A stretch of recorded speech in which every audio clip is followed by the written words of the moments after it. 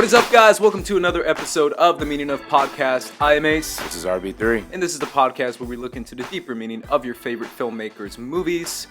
And this episode is going to be a good one, guys, because we're going to count down the top 5 directors of 2017. We've both made a list.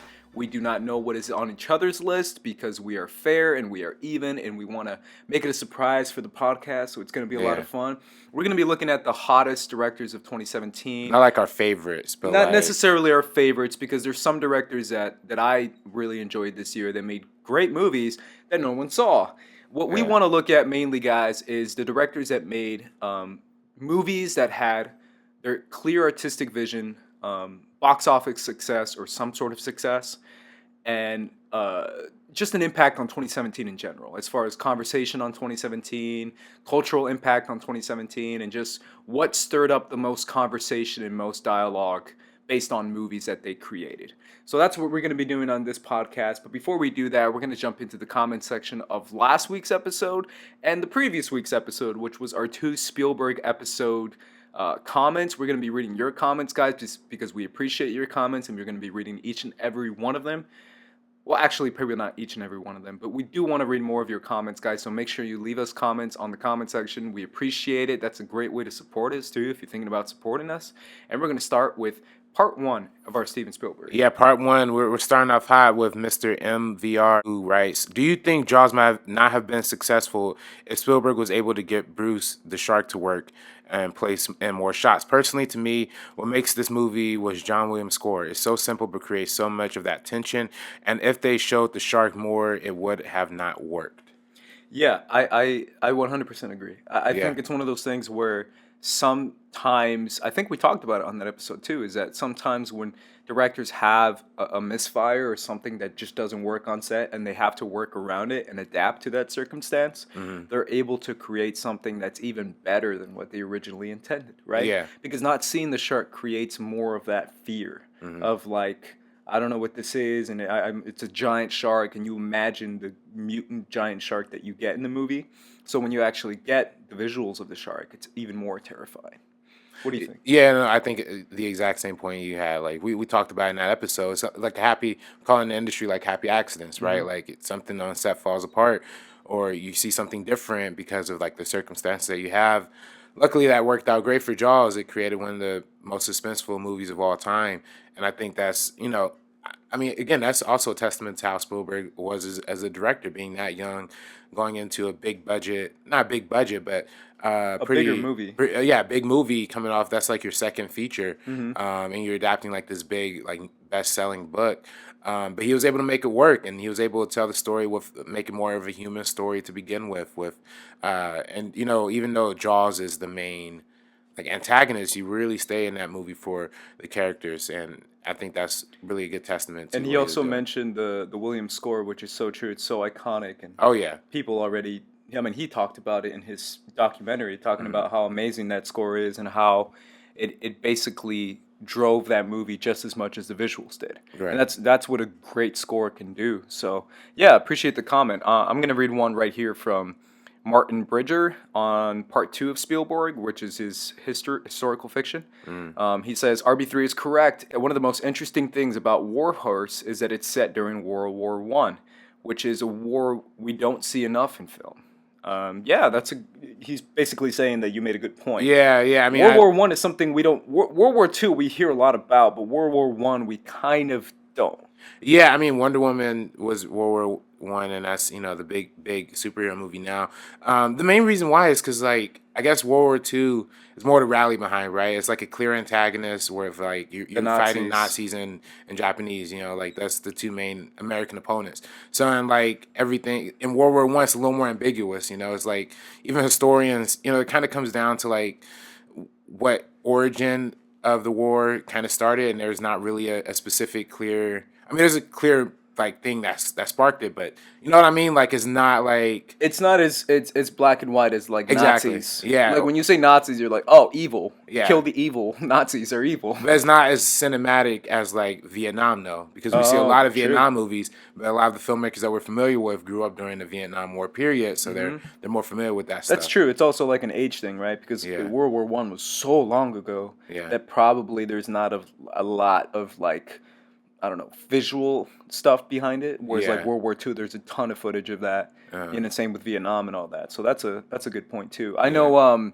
what's crazy about World War One as well is that studying World War One in school, I remember hearing about like the trench warfare. And hear about like the gas and stuff like that, and hearing about like it's still one of the most terrifying wars in history, in the history of the world, because of like the usage of gas, like they use gas like all the freaking time, Right. and the craziness of like trench warfare, where it was just like you were basically in a pile of people, and you were just trying to kill each other in like in the most vicious way you could. So it's a pretty hardcore war. Yeah. So that's a very interesting point.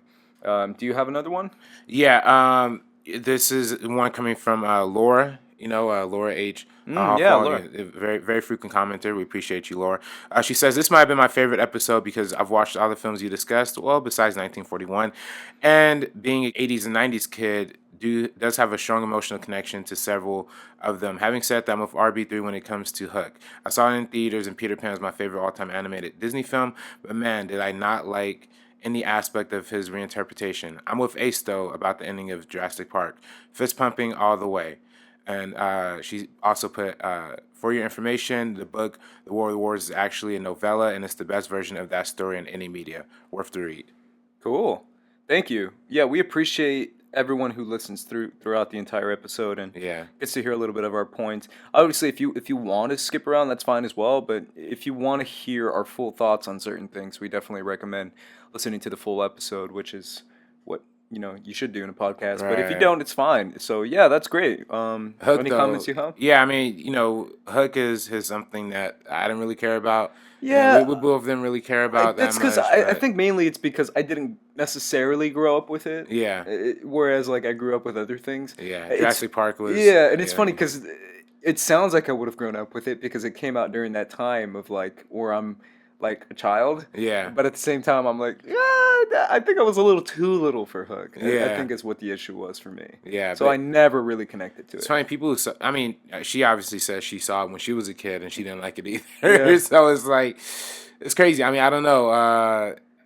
But Jurassic Park obviously does have a very uplifting, kind of, more family friendly, I guess, approach. Like not the same level as Hook, but it's a little more mature than that. Sure. But it's like it can still appeal to like a younger generation. I think it really is the fascination with dinosaurs. Like for some reason, there's something about kids that goes together with dinosaurs in a weird way, which I've always found kind of odd if you really think about it. Yeah. It's kind of weird that kids are really into giant creatures that eat people. But kids love that stuff, and it's something that as a kid myself scared me initially. Yeah. But then I was like, man, this is really cool. Like I remember the first I talked about it on the episode, but I said like my favorite was the raptors. Like I loved the velociraptors were so cool. Right. And my brother liked the T-Rex, and it was like that kind of back and forth that we had of like liking it. We had a ton of toys, like dinosaur toys. I don't know if you ever had those, but like dinosaur toys were like everything back in the 90s because of Jurassic Park. Yeah.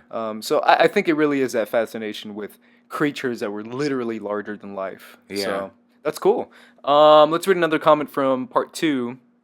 I'm going to mispronounce your name. Ibrahim Hamid says, hi, Ace and RB3. First of all, I have seen almost all your podcasts. I really love the content. I'm looking forward to seeing your future episodes. Keep it up. Finally, I wonder if there's any way I can support your show. Have a nice day.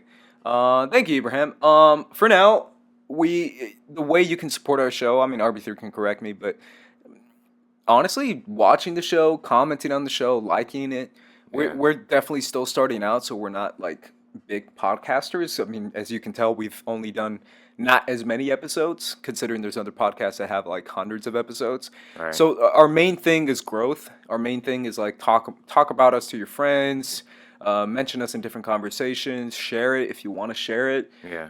And just continue watching, supporting that each and every episode, even if it's not your favorite director we're talking about. Because I think that's the thing we're kind of running into is that certain directors are bigger than other directors and can hit bigger audiences, and yet we're probably still going to keep talking about the directors we want to talk about because we have appreciation for them. So even if you don't know the director we're talking about, go ahead and listen to our show. That's the best way to support us, guys. Alexander Payne. Alexander Payne, man. Guillermo del Toro. Hey, man. That's also a thing, What are you Alexander Payne fans? Yeah, Alexander Payne fans. Come on, man. Sideways is a great. There's like 10 people. They're like, I like him. Nebraska. No. Hey, listen. Also, sorry for the mic. We support us on iTunes too. You know what I mean? Download on iTunes. That really helps out our numbers. If we get enough downloads on iTunes, we can maybe get some ads, some money in our pockets. You know, we broke. I'm broke. I don't know about you. I'm broke as hell. Yeah, I mean, I'm a college student. I'm at USC. Come on, give me a job, people. I don't know. I'm super broke. Yeah, we gotta get paid. So download on iTunes, support us on YouTube, like and comment, all that stuff. You know. It really is. We really do appreciate each and every one of you guys. And if the more you guys show interest, even if we're talking about directors that you might not know about or you might not care about, it's probably the best way to support us, and we do appreciate you guys. And now we're going to get into the conversation that we've come here for, which is the top 5 directors of 2017. What we're going to do, guys, is we're going to count down 5 through 1. So basically, RB3 will say his number 5, I'll say my number 5, and then we'll talk, et cetera, et cetera.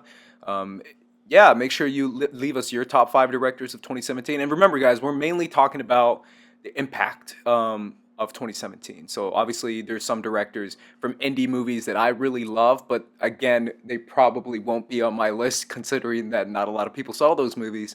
I want to talk about the directors that had a great year based on artistic vision, success, and impact on 2017, which means when I say artistic vision, I mean like it's not like a Josh Trank situation or like a situation where you can clearly tell the studio made the movie and it let's say it made a lot of money.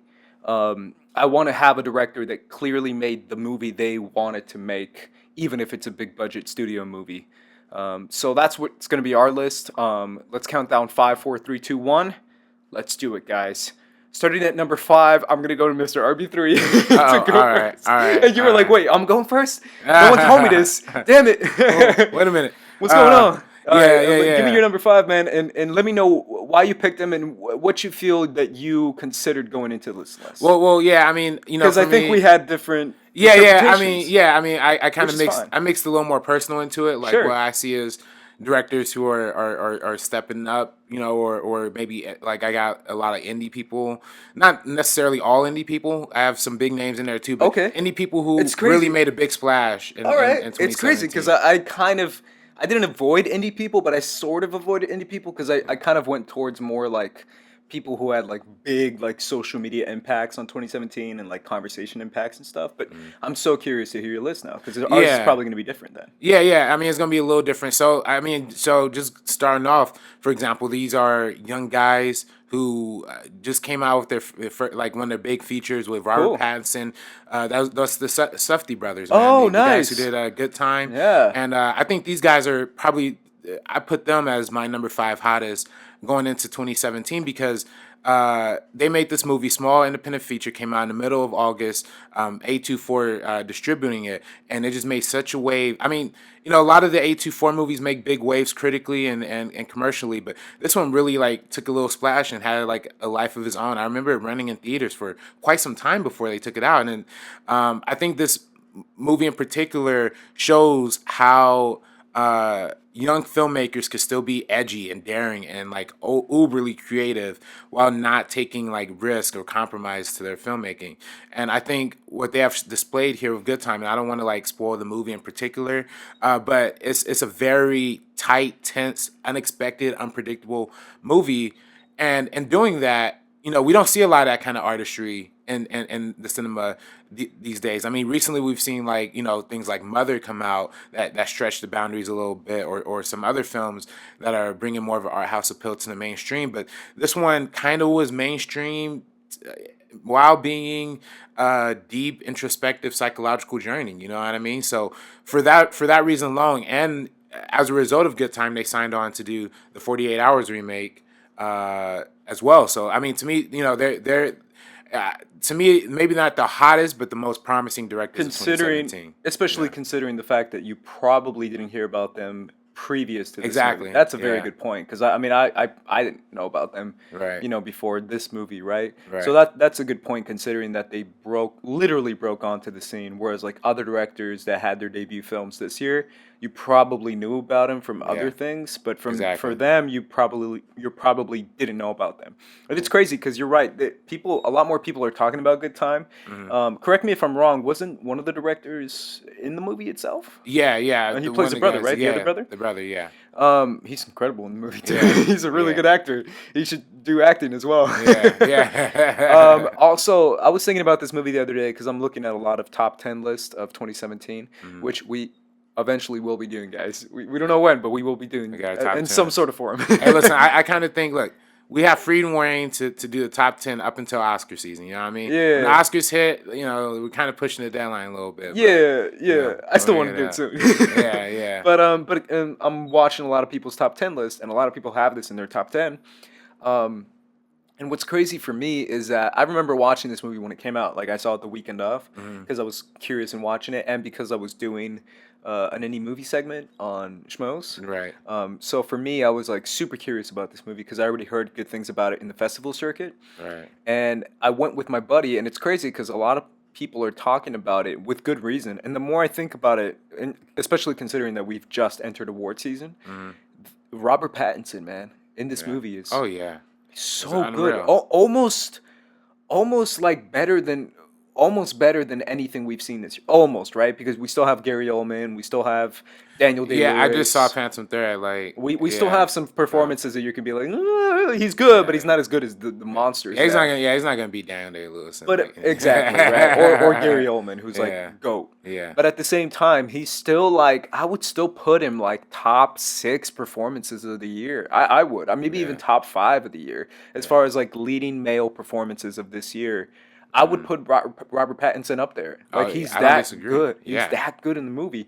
And honestly, the more I thought about this movie, the more it's crazy how like people's interpretations of the movie haven't been necessarily my interpretation of the movie. Yeah. Considering that when I saw this movie, I saw it in a very clear way. Like the directors were clearly trying to say one thing, Mm. and then walking out of it and hearing reviews of it, people were saying things that I did not think at all. But Right. basically, I'm not, again, we won't spoil it, but basically, I wanted to kill Robert Pattinson's Yeah. character. Yeah. I hated his character. I thought he was the devil, man. I Yeah. thought he was the worst guy ever. Yeah. And some people were like, he's just like a misunderstood like thug, and I'm like, he's not he's a dick, bro. He should Yeah. get shot.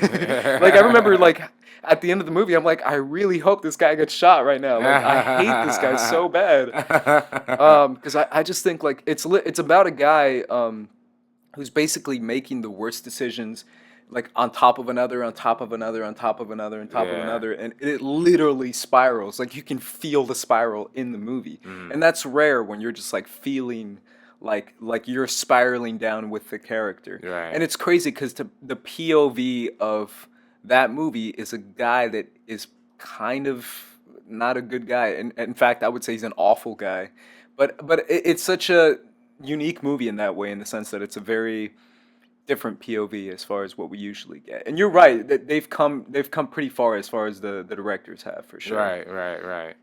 Yeah. I mean, I think that's I think when it comes down to is the fact that they splashed onto the scene with like this gigantic wave, and I think it's so reminiscent of like something like early Scorsese in the sense that a lot of people compare it to Taxi Driver, at least in the style and the way it's executed. And I think not only on top of that, I think that when it comes down to having directors that have such a powerful grasp of the low budget feel and making that feel other like big and epic in its own sense, I think that really leads like I'm not the same kind of movie at all, but like when in 2015 when that movie Cop Car came out with Kevin Bacon and the kid from Mud. Is that yeah? So when that movie came out, you see the guy John Watts. It's a very low budget film, but he made it feel like a spectacle just from the way it was crafted and directed, and how you use a lot of long shots and make it feel like super spread out. It probably requires a lot more time, but he's very focused on what he was doing. And then he goes on to direct Spider-Man: Homecoming, which a lot of people consider one of the better Marvel movies.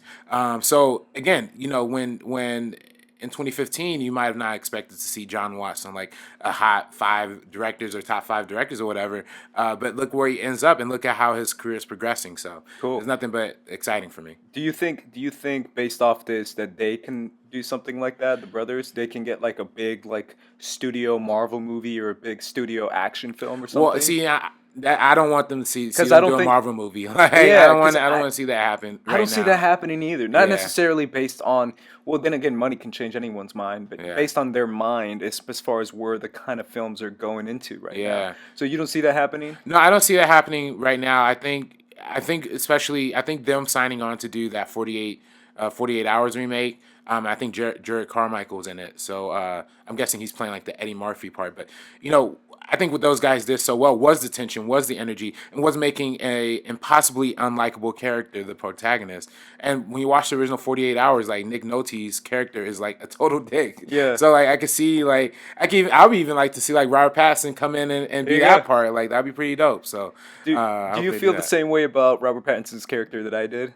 Yeah. I mean, Because everyone's like, he's just like a misunderstood guy. And I'm like, no, Yeah. he's not. He should get shot in the head. Yeah. He's awful. He's Yeah. like the most manipulative dude in the world. Like, Yeah. he's such a douche in this movie.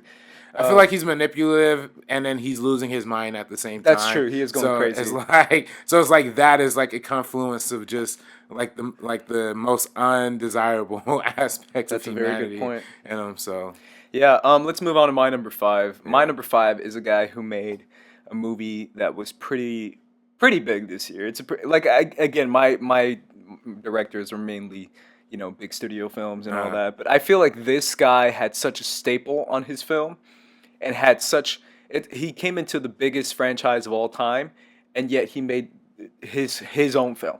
And he made his own original style. And he comes from the indie circuit, and that's Taika Waititi. Taika Waititi, to me, made one of the most fun, original Marvel movies ever. Like, he legitimately brought his own Kiwi, New Zealand style of comedy into a giant tentpole Marvel film with a character of Thor and with a cast that is mainly Australian and New Zealand, which to me is so cool because he didn't leave his culture at the door when coming into a big blockbuster American type movie. He made it original. He made it feel very New Zealandy, Australian, kind of that whole islander feel, Yeah. which is his background, which is literally his background. And all his movies have had that feel, which he made one of my favorite movies of 2015, which is What We Do in the Shadows. He made a ton of like Hunt for the Hunt for the Wilder Wilder People. People. He made Dear Boy, I think that's the one of his first ones, something like correct, yeah, and it's one of those guys who he's known for making tiny movies, tiny little indie movies, and he's known for making comedy. that. Flight And of Concord. Flight of the Conchords, there you go, which is an amazing show, and I love that show so much. And yet he brought that. He didn't leave that his own style and his own tone at the door. It's not even like a visual thing or a spectacle thing. It's more of a tonal thing. It's more of a comedic thing where all the Marvel films have kind of dove into the comedic style anyways, but his brand and his style of comedy is so unique and so original that it really elevated Thor Ragnarok from being just another funny Marvel movie to being an oddly weird mix of comedy that you don't think might work with this character, and it works perfectly. And not only that, I felt like him himself, he's a character himself. And that to me is like so key when you're a director, when you can literally be on a podcast or on an interview show or on like ABC Good Morning America and literally sell the movie based on your own character, because he's a character. Like I don't know if you've seen him in interviews, but the guy's crazy. Like he's just It's this like comedic Hawaiian shirts. yeah, and he's just like this goofy, crazy guy. When you ask him a question, he's like giving you like a sarcastic response, and he's kind of playing around with you because he's a character within himself. And I feel like that's what made him so unique and original, is the fact that the director of this movie himself is selling the movie in a way that he thinks would be sold by doing all this press, right? And it's crazy Right. because when you do so much press in movies, you get tired of it and you start saying the same thing over and over again. And you can kind of tell when you see interviews of people, and yet in every single one of his interviews, they're all different. I saw a ton of them. I think you caught me watching them one of the times that Yeah. you came in here Yeah. because I'm so fascinated by him and fascinated by the way he markets his movies through his own character, Hmm. similar to like a Ryan Reynolds would Right. for Deadpool, where he's kind of playing off in social media with his character. Taika did a similar type thing where he would bring his own personality, his own brand of New Zealand comedy into the Thor movie and made it one of the most successful, one of the biggest movies of the year, and one of the movies that brought in such an original style into the Marvel Cinematic Universe. And for that reason, he's my number five. Uh, as you can tell, the people that are going to be above him are going to be bringing him something pretty good too. But Right, right, right. No, I mean, Taika Waititi's my guy, man. I mean, I didn't really love Thor Ragnarok. yeah, I know you I know. didn't. I just, I'm telling I you, thought man, it was watch it fine. again. It's so good. It's so good. Yeah, yeah. I give it a review. I mean, look, I enjoy Taika Waititi stuff. I mean, we talked about what we do in Shadow a lot. I haven't actually seen Hunt for the Water People, but I really do want to get around to seeing that. But I mean, his whole like style of humor is very unique and very original, and you can see that definitely come to the forefront and Thor, and I think that's. And I think you're right. That does make a recipe for a successful director, having their impact, their touch, their voice shine bright and throughout each of their movies. Which is why, I mean, I'm kind of going to jump to my number four here, but I'm also going to talk about another Marvel director who kind of started the Marvel Cinematic Cosmic Universe. Okay. Mr. James Gunn here, All right. director of Guardians of the Galaxy Volume 2. To me, this was the film that I loved a lot. And the Marvel movie, that I enjoyed the most in 2017.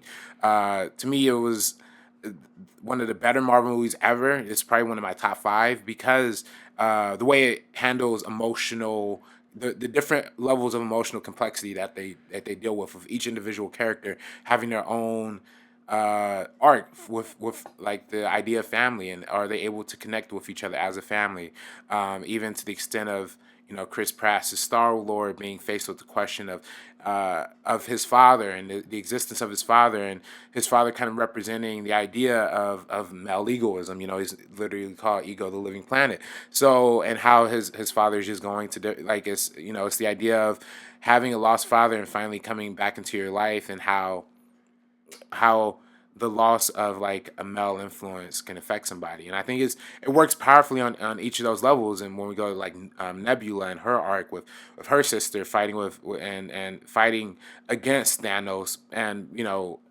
with Rocket not having any idea of where his place is in this whole group. So to me, I love this movie a lot, and I think this is an example of a Marvel movie that I like. Again, I like Thor Ragnarok, but kind of putting those two like back, like next and next to each other.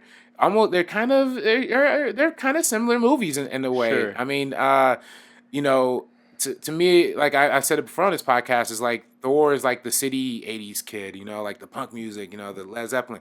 Whereas like something like Guardians is more like the Midwest, like kind of chillax middle America kind of deal. So I kind of, but for me, I personally lean more towards the aesthetics of Guardians, also because it's very clearly a James Gunn movie. Sure. Like if you watch like Scooby Doo 2, they kind of have the same sight gag, with the whole sight gag where Rocket and Yondu are going through like the different space warps and their faces just like morphing. That's something like straight out of like Scooby Doo that James Gunn wrote. So again, like that's where I appreciate that movie on that level, and I think it's just so funny. The humor really worked for me. So Yeah, it's crazy how we liked. I like Thor for the exact same reasons you really liked Guardians. Like, yeah, I love Thor because of the reasons you loved Guardians too, which is like, yeah, keeping the director keeping his own style of comedy, yeah. the comedic tone of it, like the emotional vibes of it. Because I thought the emotion, the few times we got emotion in Thor, because it is few times, but it's still a comedy, so it doesn't really, it's not super necessary. But I thought they worked amazingly well, and it got me. Like everything that a lot of people said that it didn't get them, as far as like Odin and all that, it got me, dude. I was like, I'm feeling it, man. I felt Odin, like I felt that. So yeah, man, James Gunn is still a director. That he's is still the biggest Marvel movie this year. Yeah, Guardians 2. yeah, I mean, without as a far as doubt. box office, right? Yeah, It made the most money this year as far as box office. So it beat out Spider-Man, it beat out Thor, and it yeah, made it's a ton of biggest money. superhero movie of the year Yeah, and too. he had a big year too because you could even argue that the Disney Guardians of the Galaxy ride at Oh, Disneyland, right, right, the James right. that's all James Gunn, dude. Right. I mean, even looking at his influence within the universe, right? He started the whole cosmic It's true. universe that they're pursuing. I mean, that's pretty much what Phase 4 is going to lead into, and even Thor Ragnarok kind of adapts a little bit of that aesthetic too Sure. to keep like the continuity with how this is how like the space movies are going to look versus how the Earth movies are going to look. So Sure, and it's crazy because Guardians 2 wasn't as well received as his first Guardians, considering that Guardians of the Galaxy is still probably my favorite right, Marvel cinematic, like Marvel movie, the right. MCU movie. So it's crazy how Guardians 2 wasn't as well received because it was a follow up to that. Mhm. But it's still a really good movie. It's still really funny and really good. I think you loved it more than most people did because I know a Yeah, lot of people had it like it was good, but not as great as like the first one. Or yeah. where would you put it as far as, because I don't know if I've asked you that, as far as like the first one? I mean, Would you still put the first I one slightly higher? You know what? I kind of rewatched part two the other day, man. I'm not gonna lie. I think I kind of dig that one a little more than the first one, Yeah, that's honestly. crazy. Yeah, just because I mean I love the first one, but the first one was about the loss of a mother. This one's about discovering a father and Sure, losing a father too. So sure. it's like whoa, that's like it More was like emotional. double emotion, and plus also the Hitchcock references, guys. I love it. I love it. There's like four Hitchcock references in that movie. So every time I see those, I'm like, this is grade A storytelling right here. That's crazy, man, Uh, because both of our directors are, MCU guys, which is kind of funny yeah, considering, the hate that they've been getting a little bit this right, year. right, right. I mean, that's the same thing with that's kind of nerd culture what it's kind of led to in the sense that if a movie isn't so like perfect, like a lot of people are going to be disappointed, just like screaming their heads off at somebody. But I'm glad to see that at least with a little with Marvel movies has been less to an extent of a problem as of recently. Is more like the Star Wars stuff that's been dominating the conversation, of course. But I mean, I'm hoping that we could all come to a progressive union as fans and as nerds Sure. because we just all love the same stuff. I agree, Yeah. 100%. All right, my number four is from an indie type director, an indie type movie this year that blew up this year. Considering award season and Oscar season and all that, Right. and it's gonna blow up even more later in the beginning of this year when it comes to like sweeping the awards. I almost guarantee it's gonna sweep a lot of awards, and that's Greta Gerwig. Greta Gerwig made an entirely fun original movie in Lady Bird. She made a very personal story that I still think it's so fascinating that she made such a personal story that connected with so many people. Hmm. Like the fact that it's almost literally about her growing up in Sacramento and being like an outsider in Sacramento, and yet I related to a 17-year-old teenage girl, and I did Yeah. not think I would relate to this because watching the movie initially, I was like, "This is gonna be cute," but it's not gonna be my type of movie, considering it's about, like a coming of age with the 17-year-old girl and his mom, and I'm like, "Oh, I'm sure it's fine, but I don't think I'm gonna like it." I Right. walked Right. out and we saw it together, Yeah. and I was like, "Damn."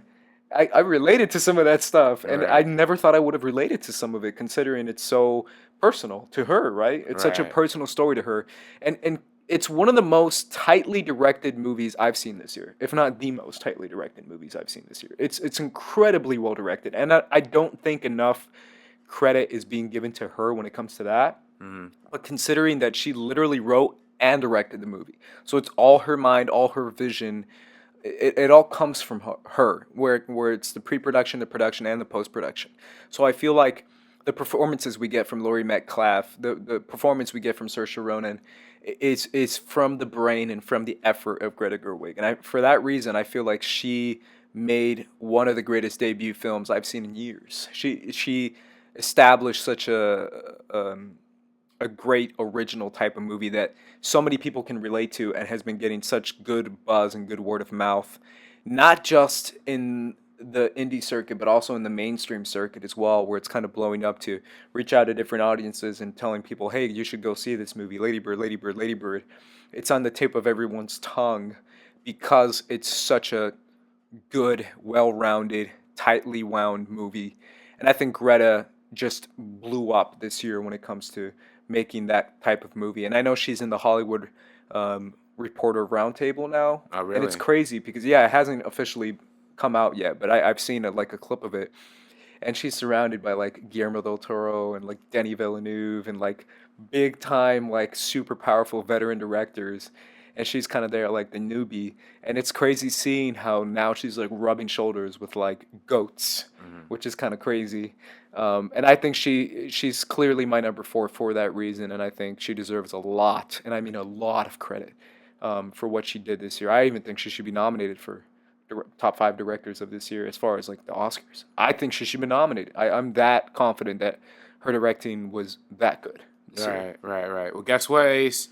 She's also on my list. So, Hey, hey, listen, 2017 has been the year of screenwriters coming to prominence, making their directorial debuts. We've yep. seen it with writers like relative newcomers like Taylor Sheridan with Wind River, Aaron Sorkin, more seasoned veteran going into director's chair of Molly's Game.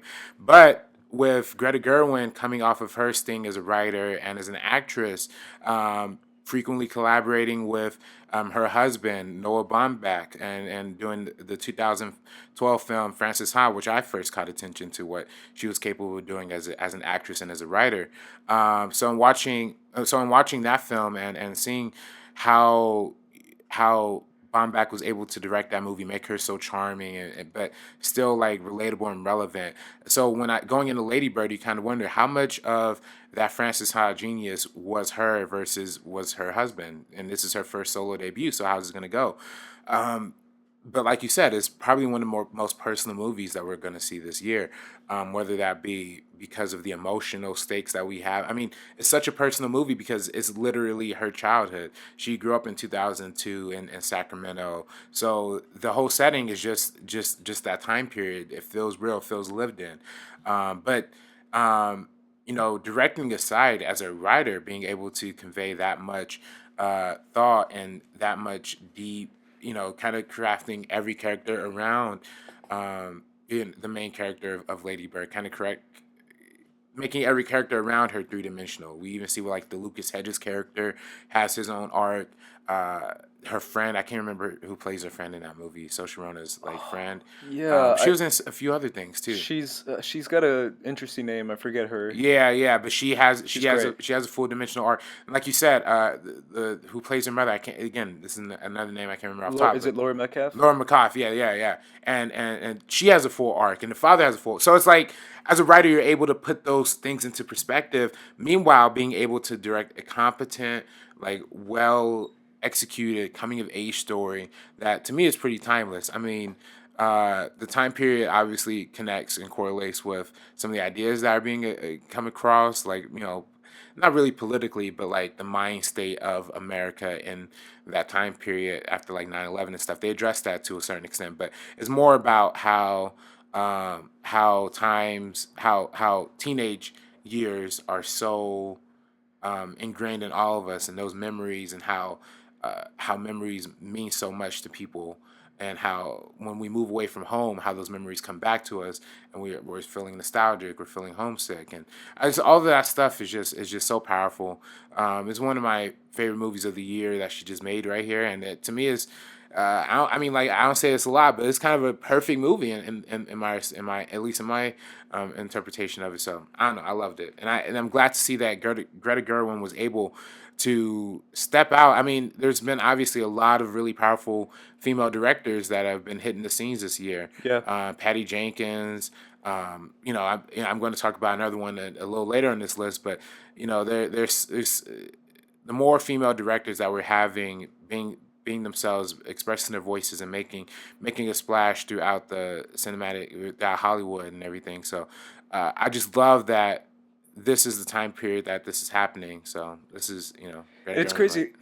Also, like the fact that she is so, I mean, she's not super young, but the fact that she is quite young for a director, considering too, because everyone, she's a female director, but she's also a young female director. She's got that youth perspective, and the fact that we see how a young person can, take charge and take hold and give a very original, true to self, personal story through her own perspective and through her own eyes. Because I do feel like sometimes we fall into the trap of you know romancing the past and romancing certain things of the way things were in certain eras and certain types of movies that even we got in 2017, whether it's the 60s, the 70s, the 80s, whatever that may be. But now seeing a movie about 2002, it's such a powerful thing because it's like, oh, that was like not that long ago. It's not Yeah. like the 80s or like the 70s. It's like, no, this is like my childhood in the 2000s. And you're like, what? That's Yeah. not going to hit a lot of audiences, but it does because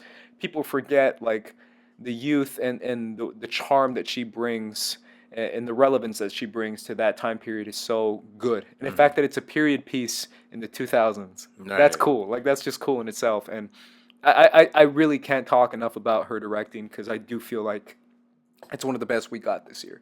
Like directing.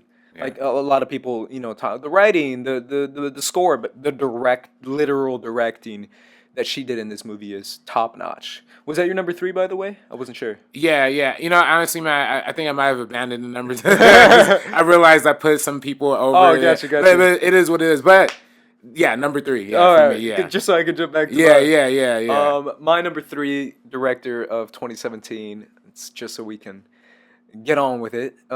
Is a Uh, director that l- legitimately blew up this year as well, and made what I feel is one of the most iconic movies of this year, considering that it was on the tip of everyone's tongue. It made so many memes, it made so many GIFs, it made so many moments, and it hit so many different types of audiences, which to me is the most relevant thing you can do. mm, Where we literally right before we started recording, we were talking about how certain movies seem to market certain to different demographics now, and it's so hardcore to the point that I feel like it's unnecessary. right.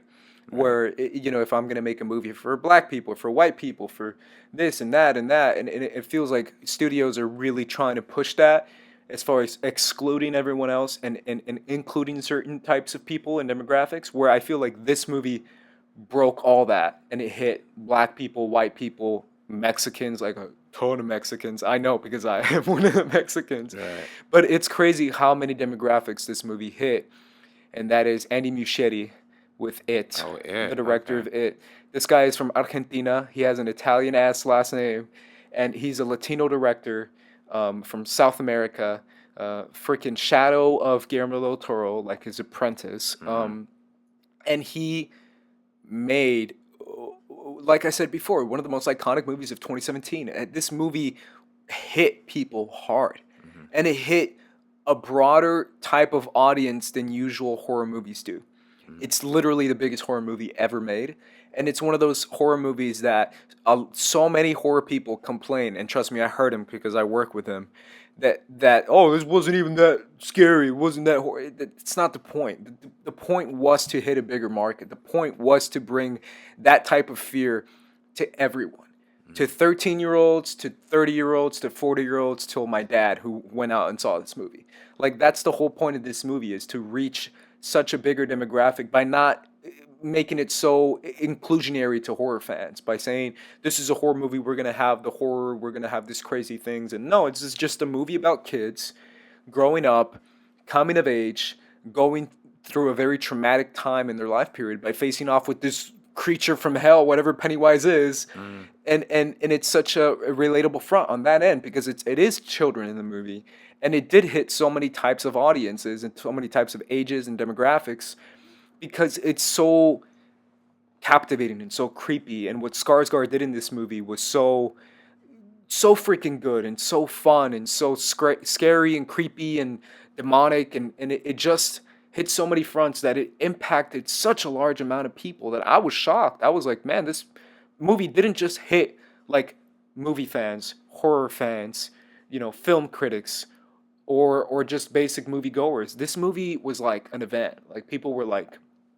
we're gonna go out to see it, and I'm taking my brother, and I'm taking my sister, or I'm taking my girlfriend, or I'm taking whoever, because I want to experience this movie with a large audience and with a big amount of people. And for that reason, it was one of the rare times we saw critic success as far as like a high rating on critics fronts and box office success as far as making a ton of money, and all that is from Andy Muschietti, and I don't think he's getting enough credit because I feel like every moment in this film is from his brain, and everything is from him pushing it. Whether it be the budget of this movie, which is actually kind of a high budget considering for a horror movie, right? Considering we had other horror movies this year that were like 5 million, $10 million. This movie was like, I think it was like 50 to 60 mil, which is kind of a lot for a Yeah, horror medium movie. budget. That's kind of a big budget for a horror movie. And it was all like from him. When you give that much money to a horror director, which is rare, think about it, man. You don't give that much money to a horror director. Like, Nah. the horror directors don't get that much money Well, to make these movies. yeah. And he got that much money because they trusted him to make a very powerful, good follow up to a Stephen King adaptation that everyone was so precious of, and yet everyone kind of was like, man, that was really good. So I give so much credit to Andy, and I don't think he's getting enough credit considering how much he had at stake. Where if you mess it up, the Stephen King fans are going to hate you, or the It fans from the 90s series are going to hate you, or the new kids are not going to appreciate it. Like he really had a lot to lose with this movie. There's a lot of pressure, yeah. It was so much pressure. Yeah. And I think he delivered on every single front and hitting so many demographics that I think it's such a timeless movie that everyone can appreciate. And not just horror fans who were like, oh, well, it didn't scare me, man. I want it to be scary. And I'm like, dude, it's supposed to be very inclusionary of different types of people and ages and stuff. So I felt like it didn't have to be over the top, gory, or extra scary. Like the few scares that it had was good enough for me. Yeah, I mean, I agree. I don't think there's too many fans of the '90s horror movie. Like let's not. If You're you're surprisingly a lot. Listen, there's nah, I'm come on. telling you, man, there's a lot. if you're a fan of the '90s It show, Yeah. come on, man. I'm Like, telling you, don't- man, I work you with have it. no, you have if you have no reason to complain about this new one because the new one's great. I mean, this new Yeah. 2017 version, Yeah. it's a faithful adaptation of the Stephen. It's faithful to an extent. I mean, I read the book recently. I didn't like necessarily read the whole thing because that's just like 1,000 pages. But, Yeah, it's like, huge. But I was particularly interested in writing a paper on it for a class talking about like the racial politics that goes on in this movie. I think that's something that also doesn't go mentioned a lot about this movie is how they address kind of underhandedly address how the racial implications of like the Stephen King's original work is kind of put into this. How the black kid, I believe his name is Lucas in this movie. I don't think so. I don't know, Lucas I is don't the know. kid from Stranger Things. Okay. Unless he has the same name, he could. I don't know. Oh, probably. See, that's the thing, though. I mean, Stranger Things takes so much from That's so true. from the original source material, Got you. and we become so familiar with Stranger Things, obviously, in this time period. But Mike's his name, and Mike, it, gotcha. yeah. So the way Mike was kind of getting picked on, like I appreciate it on a lot of levels because it addresses that to some extent. It does, yeah. And I think obviously having a person of color behind the camera could put that a little bit into the forefront. Now, do I necessarily like how they handle Mike's character? Not necessarily, but that's one of the few flaws. I mean, this movie doesn't have a lot of problems. Like it doesn't have a lot of flaws. It's a pretty universally, accessible film. A lot of the moments are, even if they're not necessarily scary, they're still spectacular. That moment where the It Clown or Pennywise jumps out of the projector and he literally takes over like the garage. I'm like, yo, that's It's freaky. nuts. Yeah, It's creepy. yeah. I think having a visual director like Andy Muschietti behind the camera, who has a real sense. I mean, if you haven't watched Mama that he did, Guillermo del Toro produced that one. If you haven't watched Mama, that is a true horror. Like somebody who's a fan of traditional old style horror, having their reign behind the camera. So I loved it. I think that hopefully it comes. A lot of people. It has that argument now. People saying it's overrated, overplayed because it's the highest grossing horror movie of all time. But I think of it less as necessarily a horror movie, but also as a coming of age story. I think that's where the movie does really well too, because a lot of times when you mix up genres like horror and comedy, sometimes it works really well, sometimes it falls flat on its face. But here they mixed horror with coming of age, and you do get the coming of age aspect just as strongly and as powerfully as you get the horror stuff, and how the coming of age influences the horror, and how incorporating with when the chick, the redhead girl, Beverly. Beverly. There we go. Sorry to call her the chick. She's not the chick, but it's my sorry. She's the But Beverly. yeah. Sorry, feminists. My apologies, but my bad. Now when she's having that whole thing of Yeah. having her problems, maturing as a woman, and that is incorporated into the horror that she faces, that's really powerful stuff. And Super powerful stuff. yeah, and And the fact that it comes from like the fear of like literally rape from your dad, that's creepy Yeah. ass scary shit. yeah, That's yeah. some scary shit. I mean, that's more that's more frightening and scary than like the actual like Pennywise and what's going on. And which in is this kind of the movie. point of the movie, which is Yeah. why I get frustrated when people talk about like, well, it wasn't like you don't get it. Like what Beverly is facing is way more horrifying than when you visually see in the movie. Yeah. Like it's a truly horrifying thing, and you're kind of ignoring it because you don't have that perspective. I don't Right. know. I just feel like this movie is so great on so many fronts. And the main character losing his little brother, thinking that's his Yeah. fault. That's real life fear. That's some dark stuff, That's dude. that's Yeah. deep. And then even the bully character, I can't remember because again I'm going to just forget keep his mixing name up too. names from Stranger Billy? Things. Right? Which is the name of the bully in Stranger Things? I shit you not, Ace. I was literally gonna say Billy. I'm like, Yeah, I I don't think it's- that's the name of the bully in Stranger Things. Yeah, The yeah. Power Rangers guy. Yeah, so I was like, I don't want to say that. So, but yeah, that. But you see, Yeah, as far as like the fear of his dad and yeah, stuff. fear of and- his dad, and he obviously has that big moment. But that's crazy. That's just as scary, if not scarier to me too. So, and it only amps up the stakes to the next level. Now, my question to you though, brother, like I don't know if you read the original Cary Fukunaga script that this No. was based off of. I've heard of it, but I Yeah. didn't.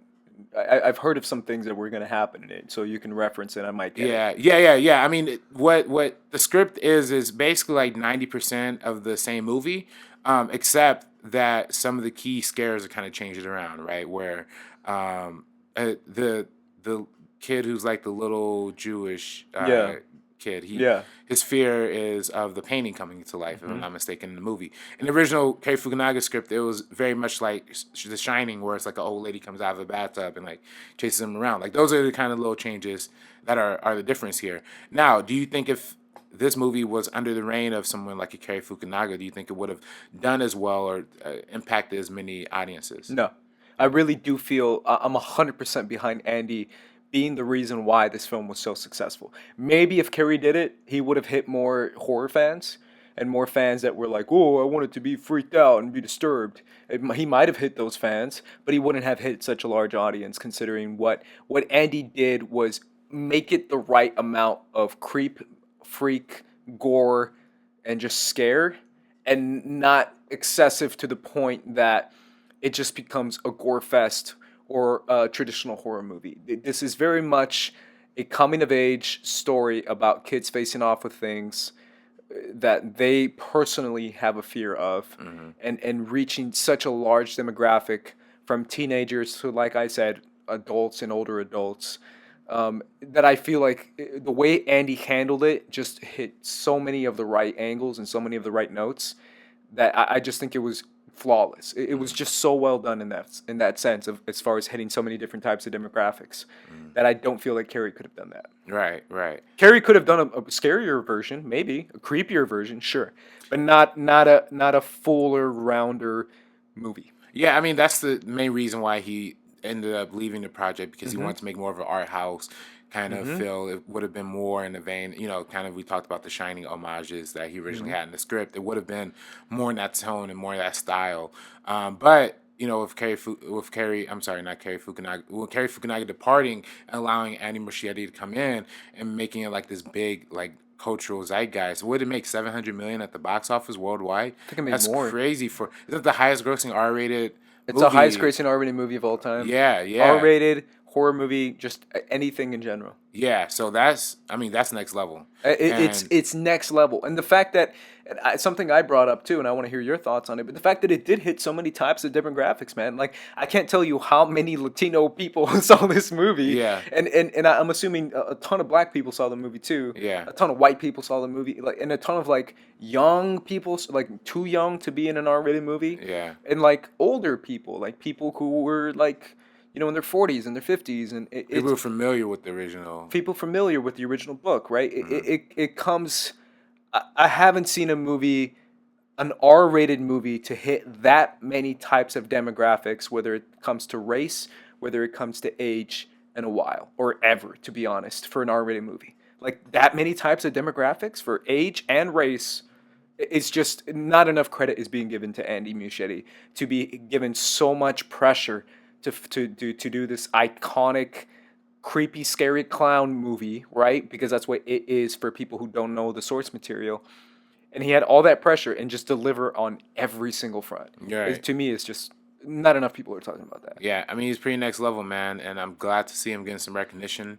And Guillermo del Toro's obviously had a landmark year, as well. I don't know if you're going to be talking about him on your list, Is that but your number two? Is that your next person? he was close to making it, but uh, I'm actually going to go in a little bit of a different direction here, Ace, because I personally have been championing the streaming platform nonstop since we started this podcast. You know this. Oh, I know who you're going with. So I'm gonna champion what streaming has done for young independent filmmakers breaking out into the industry, making big budget pictures, doing things that they probably wouldn't have had access to, resources they probably wouldn't have had access to, and a climate like this.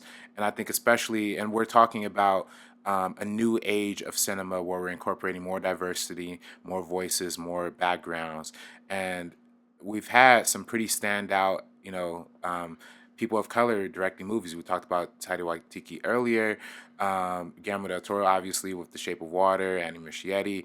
But for me, when it comes to black cinema, Jordan Peele has done something remarkable with Get Out and how that film is hit. But not enough people are talking about Dee Reeves, the woman who directed the new Netflix movie Mudbound. So you saw Mudbound? Yeah. Finally. Finally got around. Yeah, to I was gonna say, I've been talking about Mudbound You've for been months. asking me if I have seen Mudbound since the day it came out. Yeah, I'm gonna get around to watching it. Yeah. I watched that movie recently, man. It was such a powerful experience. Taking a story that's set in the Great Depression era of America, and how the Southern family gets tied in with these complicated racial politics that are happening in the South, and how each personality has to deal with that individually. But I'm so glad to see Dee Reeves have the opportunity, and see Netflix have the opportunity to put a story like this on screen. You know what I mean? To where now people are having conversations. I mean, maybe it's not the most buzzed about movie of 2017 by no stretch of the imagination. In fact, it's probably not even the most buzzed about Netflix thing. I mean, we've had a lot of people talking about stuff like Bride or Stranger Things or Okja. But to me, Mudbound deserves to be in the conversation just as much as anything else. And, with Dee Reeves being a director who back in 2013 made her feature debut with Pariah, a movie about, a black lesbian teenager, what many would kind of say it was like Moonlight before Moonlight came out. And that was her first splash. It was endorsed by Oprah, Tyler Perry, all of these big figures. And then she goes on to direct the TV movie with Bessie, with Queen Latifah, getting Queen Latifah an Emmy Award for Best Actress and being nominated for Best Writing and Best Directing, and I believe the 2016 Emmys. So and then going on to do Mudbound, making one of the best movies of the year, while also telling a prominent and unique story, and making sure that none of her directorial styles or aspects get put into the background. And I think that's what's most important, what's powerful about this director.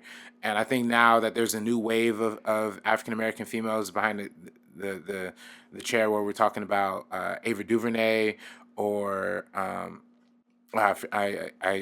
always forget the woman's name, but she directed Love and Basketball, and she's doing the Black Cat movie for Sony. Gina Prince Bythewood. Yeah, Gina Prince Bythewood. Yeah, there we go. And again, another woman of color, another black woman being able to tell her stories and going into the big budget mainstream world. And even though Mudbound's not a big budget movie, It's surprisingly a bigger budget than you might think. Right. You can see it. At least me being a budget guy, I can kind of see it on screen where it's like this thing actually had like a budget. It's not like they gave her like $2 million to make it or something. Right. Like, it actually had a pretty decent size. Yeah. So I'm all for it, and I love the fact that again, this is more championing towards more directors of color and also more streaming platforms doing their thing. Because without Netflix, we wouldn't have had a movie like this. So I appreciate it on that front. But what are your thoughts on Yeah, I mean, dude, it's something that I don't know if you know this, but it's nominated for outstanding cast for the SAG for the SAG Awards, Awards? Yeah. which is a big deal. Like my buddy mentioned this the other day. He said like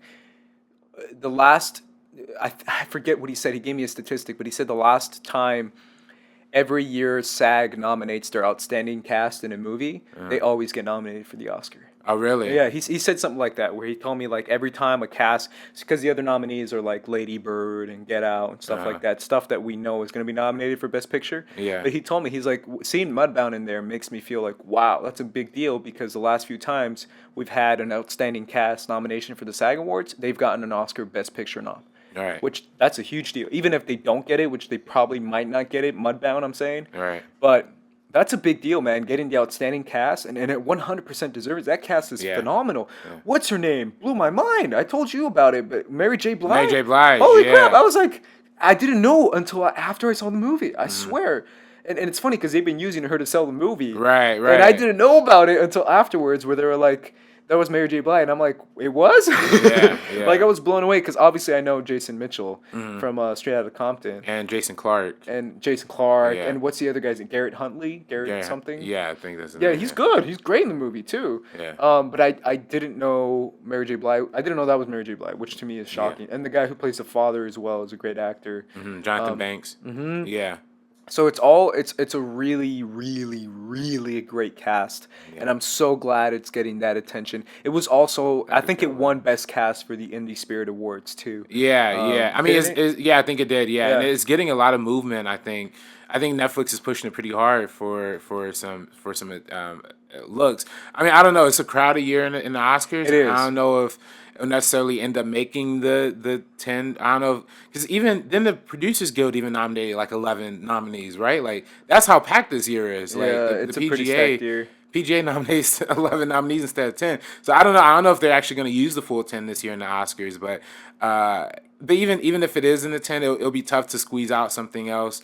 But I do hope to see it do successful. And again, having the backing from Netflix, and being able to have as many people being able to watch it as possible, something I'm always going to celebrate and champion. So Yeah, no, it's great, and it's great that, like you said before, we get what Netflix is able to do is able to give an opportunity to people that might not get the opportunity, especially when it comes to budget. Because I feel like that's so important, and that's something that not enough people talk about. And me being like a box office nerd, because I'm a box office nerd, a lot of people don't talk about what goes on behind the scenes as far as directors saying, hey, I have a vision, will you support my vision? And most studios are like, we will support your vision. And you're like, great, thanks, for $2 million. And you're like, come on, really? Yeah. You can't give me more than that? Nope, sorry, go somewhere else. And they go somewhere else, and someone like Netflix is like, we have a ton of money, we'll give you 20 mil. And it's like, really? Because the other studio just offered me too.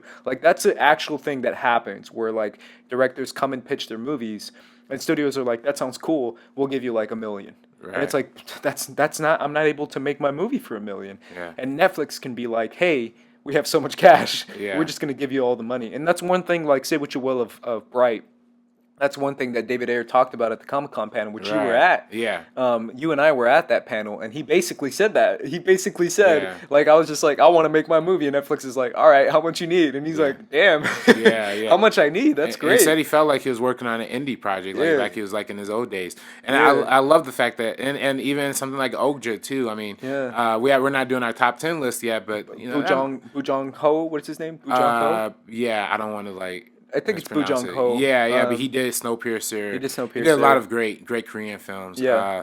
And I just think he's one of the best directors working. And they were able to give him a budget. Right. For I mean, Okja's a big budget. That's a movie. big budget. Yeah. That's like an international. Yeah. Like That's a big nice movie. budget. Yeah. And that's one of my top. I don't want to say worst out of my list, but it's up there. It's crazy because it is a good point, because I do feel like Netflix gave us a lot of good. Okja's one, Mudbound's another. I actually liked War Machine. I know you didn't, but I Yeah. thought War Machine was like such an interesting perspective, and I think a lot of people didn't appreciate that. You also didn't like the caricature of Brad Pitt. I liked the Yeah. caricature of Brad Pitt, but there was another one too. I think it was I talked about it on Schmoes, The Incredible Jessica James Oh, from The right. Daily Show, the girl from The Yeah. Daily Show. Yeah. I think she's so freaking dope, and I think that her movie that no one saw on Netflix was a really good movie as well. To the Bone was also another good To the one. Bone. Shout out to Yeah. Keanu Keanu Reeves. Reeves. Yeah. Keanu Reeves is my Yeah. boy, dude. I love Keanu Reeves. Right. So Right. it really is. I've always, you know, my stance on Netflix as far as Yeah. I have issues with them Yeah. being like, here, go make what you want, and we're not going to talk about it. Yeah. Where it's like, that's frustrating to me because it's like, what's the point of giving all this money to all these creative directors if you're not going to push them till the death? Because that's what I would do if I were a studio. Kind of like, you know, say what you will of Paramount, they pushed the crap out of Mother and the crap out of Darren Aronofsky. Yeah, but they do have They do, like every Oscar movie. Like they got I mean, Silence didn't get any but they conversation, but push. they pushed it really hard. Whereas like Netflix, I feel like they're like, we don't have to push. It's Netflix. Yeah. Where I get frustrated with that, but that's a great choice as well. Yeah. I'm gonna jump into my number two, and my number two is what a lot of people might have as their number one. My number two is Patty Jenkins. Patty Jenkins to me, it, everything that she did for Wonder Woman is something that she deserves so much credit. She deserves so much credit, and there's been a lot of conversations as far as like on Collider, on Schmoes, and stuff like that, as far as what Wonder Woman has meant. But what Wonder Woman means is pretty powerful when it comes to box office. And for me, like I just said, I'm a box office nerd. It's spectacular.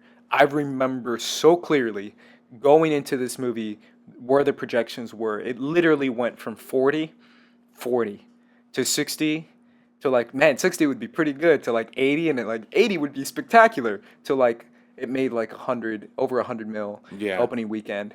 And it makes I think 800 mil worldwide already. Worldwide, yeah, And over 420 million just domestic. and to me that is like that is so incredible, and it's so crazy how me being a DC fan and growing up with Superman and Batman and Wonder Woman, like that's the holy trinity, man. Like that's something like my brother and I were so hype on Wonder Woman because we were like, finally we get to see like one of the holy trinity original Justice League members be on the big screen and have her own movie. And my brother was a fan of Wonder Woman beforehand too with the comics. So with the new comics with what DC was printing out recently with Ares and with Zeus and with the reformed kind of Greek like Wonder Woman kind of that we've had, because in the past she wasn't as godlike, but we've had this kind of reform as far as her as Zeus and Ares and all this stuff with gods of war and stuff like that. And we love that stuff, like my brother and I. So finally getting this movie on a comic book level front is awesome, and obviously not enough has been said, but a lot has been said, and with good reason. The fact that so much trepidation comes with putting a female heroine, a female superhero, a female character at the forefront with a big budget, because you've seen movies that have female superheroes and all that stuff, but you don't see it with this kind of budget, and you don't see it with this kind of success. And I feel like that is one of the most important things. But what separates all that is Patty Jenkins, because it's a female behind the camera. Because we have the Hunger Game movies, which I think the Hunger Game movies are amazing, and I love them so much. But we've had, Gary Ross, Francis Lawrence. Yeah. We have male directors behind it. Whereas now we can rightfully say that a female director, Patty Jenkins, has made one of the most successful female movies of all time. And that to me is just so powerful in this year of 2017, that it just hit so many fronts and it delivered on so many levels that I'm kind of disappointed, because it's not the best movie of the year. It's not the best superhero movie of the year, in my opinion, obviously. Yeah. And I feel disappointed that a lot of people have been giving it crap now, because I just feel like it's gotten too muddied as far as people giving it all this praise as far as a great movie, and people attacking it because of all the praise and because of the fact that it's a woman behind the camera and it's Wonder Woman, that I feel kind of disappointed, because I feel like it's two fronts going at it, where it's like It should be celebrated that one, DC made a good movie. Their Because only trust good me, movie. huh? Their only good movie. You say that. I love Man of Steel, but that's just me. Yeah, Man of Steel's cool. I Man of still Steel's Man cool. of Steel is better than Wonder Woman, but that's I just me. actually, yeah, I agree with that Man of too. Steel's better. Yeah. But for me, it's like DC made a good movie, which is rare. Yeah. That should be celebrated in just in general. Yeah. DC made a well accepted, critically acclaimed movie as far as like critics liked it, and it made a ton of money. And it's a woman behind the camera. Like that should be celebrated no matter what. It doesn't have to be. People have to say it's the greatest movie of all time. It's the greatest superhero movie of the year.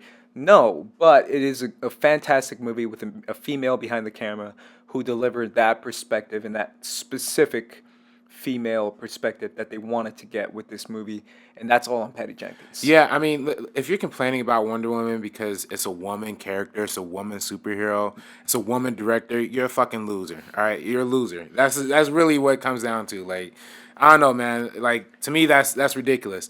Now, if you don't like Wonder Woman because you think it's overrated as fuck, that's me too. All right, I think it's super overrated. I think it's fine, but it's cool. But the cultural impact cannot be understated here. The fact that you put the most iconic female superhero on screen and gave her a debut with such power. I mean, having a female behind the camera, a woman behind the camera, really emphasizes the femininity of the character, her desire for love, and her pursuit for righteousness and justice, while also showing the ugly side of man and humanity, how we just start wars for like no reason. I mean, that's kind of what Ares was getting at. The villain of the movie the whole time is just like, no, I'm not starting. I might be the god of war, but I'm not making them fight. They're just doing it on their own. You know what I mean? Do they deserve to be served, or do they deserve to be saved? Yeah. Do they deserve to have justice held on their behalf by such a powerful character like Wonder Woman? Probably not. But she makes that choice, and it really is the Superman movie that we've been looking for since the original Superman. You know what I mean? This is probably the closest you're going to get to Christopher Reeves in this era is Gal Gadot. And Gal Gadot plays this part to a T. And It's crazy, yeah, because she's been getting a lot of negative attention. But I thought she's kind of what held the movie together, and that's what I said on the Collider video that's obviously up and that a lot of people have talked about and seen. Right. But I said that. I said like it's not a perfect movie. It shouldn't be that high. I still think it shouldn't be that high. I still think it's a good movie, not a great movie. But I do feel like you just said, Gal Gadot is the one that holds it together. It's not about being the most dynamic actress because she's not. It's about embodying the character, and she does. She embodies Wonder Woman 1000%. Right. She embodies that. And having Patty Jenkins behind the camera, who has directed she directed Monsters Ball, so she directed not Monsters Ball. Was it Monster? Yeah, just Monster. Monster Ball was the one with Halle Berry, but Monster was the one with Charlize Theron. She won an Academy Award for that. Yep. So she clearly has a way of directing these performances and making these movies to where it feels tactile and real, and even all the way towards that battle scene where No Man's Land, where she's like cutting across the field and going into that town and saving all these. Like, that's pretty dope. And you never would have thought. I mean, at least like 10 years ago, 20 years ago, you never would have thought Wonder Woman would have that big of a presence on screen as she does now. But thankfully, because of the uprise in comics and comic books coming into the forefront, we've had the opportunity. And that's also without mentioning that 50% of comic book readers, or I think it's like 46% of comic book readers, are women. So all this time, we've been making these male superhero movies, Batman, Superman, Suicide Squad, but even that one, had Harley Quinn in there, but still like very male-oriented, male-specific movies in the DC universe and in the Marvel universe, frankly. We haven't had a female standalone movie from Marvel yet, so we're finally glad to see a leading, I mean, of course, if you talk about like the older ones, like Elektra and like Supergirl, all that stuff. Catwoman. Yeah, Catwoman, which is the worst movie ever. We don't talk, I mean, but yeah, and they're bad. They make bad movies because they keep making bad choices, not understanding these characters. But now that we have filmmakers that do understand these characters, and we have a director like Patty Jenkins who seemingly makes pretty serious movies, but the fact that she has a grasp on who Wonder Woman is and what she stands for ideologically is nothing but helpful. It absolutely is, and I really do feel like having that perspective behind the camera is initially and at the end of the day what garnered so much success of the movie as far as making it a good movie. Right. Because so many times we can talk about when it comes to box office, some people have, considering film fans and movie fans and indie movie fans like I am, have the bad tendency of saying, well, box office success, if it makes a lot of money, it means that it's reaching to a bigger audience, which means it's dumbing down the material. It's not necessarily true. You can still have a successfully box office good movie where it makes a ton of money and critics can acknowledge the quality of the film. Right. And I feel like that's what we got with Patty Jenkins behind the camera, where it's like we maybe could have gotten, like a decent Wonder Woman movie that made a decent amount of money. But the fact that Patty Jenkins put her effort into making a good movie first, then making an overarching an overarching DC DC superhero movie that can reach a bigger audience. Yeah. I feel like that it should be given so much credit, which is why I'm basing my filmmakers off that, off the not just the critical success, but artistic vision and the success as far as box office, where it's reaching a big audience while still being a thought-provoking, well-directed, well-written, good movie. At the end of the day, that's what we need, and we need the death of crappy movies that get so much money, aka Transformers. But I feel like that's what we've gotten with Patty Jenkins behind the camera, and we've talked about it at length with people at the Schmoes. I don't know if you were there when we talked about it with Emma and Mark, but Emma and Mark and I talked about it for a while, and we talked about the importance of having Patty Jenkins behind the camera, which it is incredibly important. Right. And I feel that's why I put her at my number 2 of 2017, because no matter what you say, it did have an impact on this year. Yeah, without a doubt. Speaking of, DC movies, my number one pick is somewhat of a veteran of the DC universe, coming off the heels of his acclaimed Batman trilogy that had people foaming at the mouth throughout the mid to late 2000s, early 2010s. Of course, we're talking about the one and only Mr. Christopher Nolan. That's going to be my number one director of 2017. All right. You know what I mean? Because he is, he after leaving the DC universe, some would argue that his most recent string of films have not been the most successful. Even you're talking about DC, a lot of people regard The Dark Knight Rises as one of his worst movies. And then he follows up with Interstellar, which I disagree with. You disagree, I know. I heavily disagree. I think Batman Rises, Dark Knight Rises is one of the greats. I think it's incredible. Yeah, it's up there. And then he follows out with Interstellar, which I think is incredible. I vary with you on that one. I don't think it's. I think it's an incredible movie. But a lot of people are still curious about Nolan because no matter how you feel about his films, there's no doubt he delivers on spectacle. He delivers on interesting storytelling and a unique vision. And he was doing something that he announced back in, I believe, 2015 when this came out. He was doing a war movie, just another diverge into different genres that he goes into as a director. He initially his first film was a noir. His Batman trilogy, obviously superhero movies, but still like crime dramas in the same vein. Inception was like fantasy meets crime, and of course, Interstellar is science fiction. Now we're seeing Nolan doing a war movie. What is that going to look like? And of course, he delivers Dunkirk, which I contend is one of the best war movies ever made, in my honest opinion. This is a movie that has transcended anything that, to me, Nolan has ever made besides The Dark Knight originally. And I think that, it's kind of a comeback in many ways. I know a lot of people don't feel good about Dunkirk, particularly the way it handles his characters and not a lot of speaking in this movie. But that's why I admire more about this. To me, Nolan is a director who, when he's directing, he's the greatest working, no doubt. When he's a writer, I can't really connect to what the words that his characters are saying. I just think a lot of dialogue and exposition just doesn't feel real in a Nolan movie. But Dunkirk has little to no dialogue, so it's exactly everything I want from Nolan. But it's like I'm getting my cake and eating it too. You know what I mean? So I think Dunkirk is a film that's going to live on for a very, very long time, and to me that is why he is my number one pick for hottest 2017. Yeah, he almost made my list, man, because I do agree with almost everything you said, because Nolan is I can't talk enough about the guy. I think he's a master. Yeah. It's incredible because I do feel like it's crazy walking into Interstellar.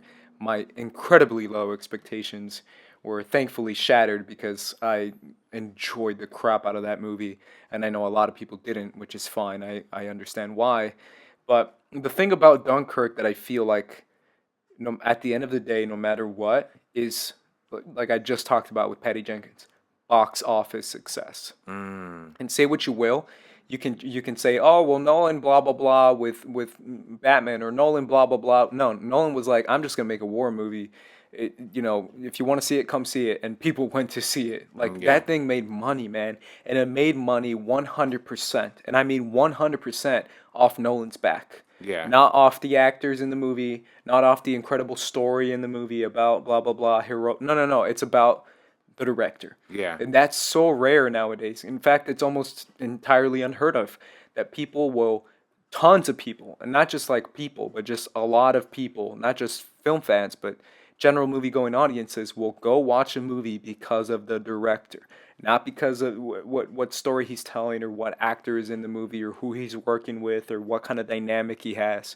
It's 100% that movie made all its money off the back of Christopher Nolan. And Yeah. that to me is like enough to be on my list. He slightly didn't make it in my list, but I 100% agree with that, in the sense that he is such a masterful director that he's able to bridge the gap between film fans and artists, and film artist fans and stuff like Yeah. that, where it comes to critics and stuff, to general movie going audiences who appreciate his ambition. And he is one of the most ambitious, if not the most ambitious director working in Hollywood today. Yeah, and we talk about ambitious storytelling. I mean, you watch Dunkirk, and Nolan even admits this himself, and it's an experimental movie. It's an experimental piece. It's borderline.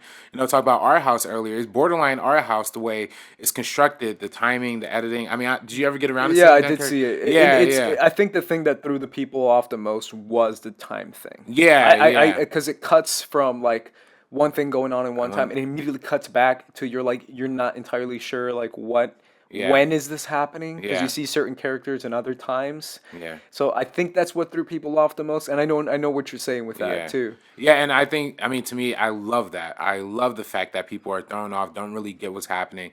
And it's part of what makes that movie work so well for me is that it's like an optical illusion. He's manipulating the structure and the time and the way we perceive time as cinema goers. The fact that he's able to manipulate that and make that so vivid and so like powerful. And what is it? The stuff on the ground takes place over the course of 1 week. Stuff on the boat takes place over the course of 1 day, and then the stuff in the air takes place over 1 hour. So when you're cutting back and forth, you really don't have any idea what's happening. But again, to me, that's what makes more the fact that I have to think about this movie, have to analyze it, but still I'm getting swallowed by the experience. Watching it in IMAX, 70 millimeter was like whoa, because it really was like you were transported onto this beach, or you were flying with Tom Hardy up there. Yeah. So it Shout was out to Tom Hardy, man. That guy yeah, was a hero. yeah. Mark Rylance was great in Mark that as well. Rylance, Henry yeah. Styles. Cillian Murphy. Cillian Murphy. Yeah. Cillian Murphy having and again, it's not a movie with like a lot of characters, but Cillian Murphy had one of the most interesting like His arc was so, I wouldn't say odd, but it was almost kind of odd, in the yeah, sense that I was thinking about it the other day, because I recently watched Dunkirk, and I was yeah, like, he wasn't like a guy that you particularly didn't like, but at the yeah, same time you were like, I don't know how to feel about him, because yeah, he obviously he did something in the movie. I don't want to spoil the movie because you haven't seen it, even though yeah, it's been a while, but where you were like, oh, that sucks, but it's obviously not his intention to do yeah, that, but at the same time, he never apologized for it either. yeah, So, and how at the end of the movie, he just yeah, kind of walks away, and the yeah, kid just kind of like looks for him, like, where'd that douchebag go? yeah, And you're like, oh, it sucks, because you're like, man, I wouldn't know how to feel in that situation if I'm a soldier who's getting bombed by the Nazis, yeah. every day, and And you're dealing with like these real human stuff, life like or dead yeah, circumstances. Maybe I would be like, screw everyone too, but yeah, I don't know. I just don't know, and it's very interesting on that front. Also, I want to talk about like, I saw so many freaking like hardcore like British movies this year. yeah, Considering Darkest Hour, and considering Dunkirk. Yeah. And it's crazy how dark. I don't know if you've seen Darkest I Hour. haven't seen Darkest Hour. But No. Darkest Hour is about Dunkirk. Right. Oh, really? So it's Okay. such an interesting like double feature, considering it's all about Churchill and people telling him what to do and stuff like that, and what's going to happen, and telling him the situation in Dunkirk and how he's like trying to stay like strong and not surrender to the Nazis or whatever. Because everyone's like, dude, you have to surrender. We literally have all our men on that beach. They're all gonna die. If you don't surrender, we're all gonna die. And how he was like, how about we just have civilians take their boats to the beaches? And everyone's like, that's the stupidest thing I've ever heard. And it worked, dude. Like it's interesting to see that in the movie itself. Like they don't show it happen in Darkest Hour, but they show it in Dunkirk. And it's so interesting because when you first hear that, it's like that's how dire the situation was. Yeah. And seeing how Christopher Nolan, being a British man himself, wanted to make a very historical movie that can stay with you, not just on a storytelling perspective, but on a purely historical perspective, which is what I feel like Dunkirk does. Right. As far as it gives you that historical retelling of what an awful situation in British history was like. Right. And that to me is just phenomenal in that sense as well. Right. And it's crazy because there's so many moments in this movie where people are drowning and I'm dying. I'm like, no, I don't want to drown. No, it's so awful. Like you can just feel like I remember going into this movie and people saying like, I can't believe it's going to be rated PG-13. It's not going to be rated R. Where's the gore at? Saving Private Ryan, we're kind of used to that, right? Right. You don't need gore, man. Yeah, drowning is gore enough for me.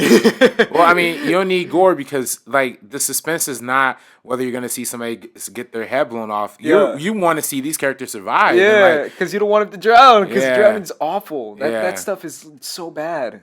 It's one of the worst ways to go. And it's like seeing people like going through that or almost going through that in this movie is terrifying enough. That's enough of a rated R for me. Right. Just on the tension of it, right? And also that goes on the score as well. Cause the score is magnificent. Yeah. Hans Zimmer, it is probably one of his best soundtracks. And it does the typical Christopher Nolan, like, increase volume. Yeah. And then it's like super loud and then it's like super quiet. It's super instant because you don't really, it's hard. Sometimes you can't even distinguish what score and what sound effects because it's just so. And I think a lot of people compare it to a silent film obviously because there's not a lot of dialogue, but the use of sound in this movie is like next level because that's what really amps it up. And they even have the whole thing where they're putting a ticking clock under the entire movie the entire time just to like keep the tension riding.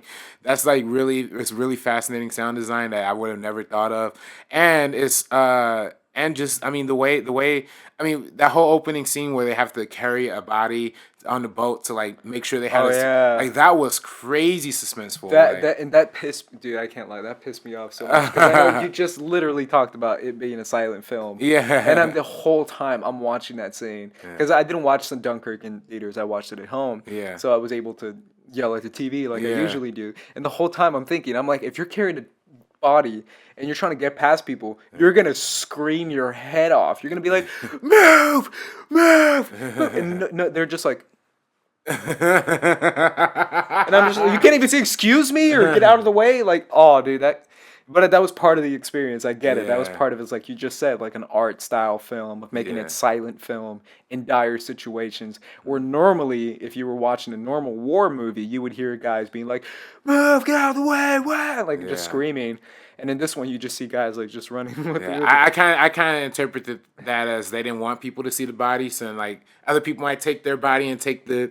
I didn't feel that at all because they were just like they were kind of helping. They helped towards the end, yeah. So I was like, dude, scream! But they didn't scream at all. But I was fine with that. Yeah. But yeah, man, I 100% agree with your. It's a good number one because he did transcend his usual story, I guess you can say. It wasn't just like a crazy sci-fi space movie or a Batman movie. It was like, no, I'm just making like a silent war movie. And it would have been easy to put somebody in like Denis Villeneuve or like Rian Johnson, guys who we're both fans of, and we've done an entire podcast about.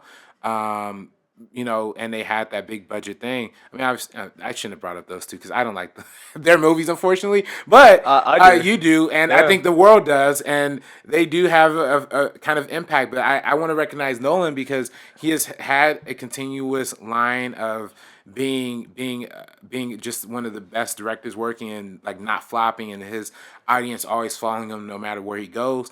And then when he makes like this crazy experimental art piece that is Dunkirk, that is still able to be successful and be really well done. So Absolutely. none but salutes to Mr. Nolan. Absolutely, man. I love Nolan. My number one is a guy who was able to take. I mean, it's gonna be a lot of people's number ones as far as like top 10 lists and all that for movies. Yeah. But he was a guy who was able to take a tiny budget, small expectations, and his first film and make it a phenomenon, and that is Jordan Peele. Oh yeah. Jordan Peele is my number one director of 2017.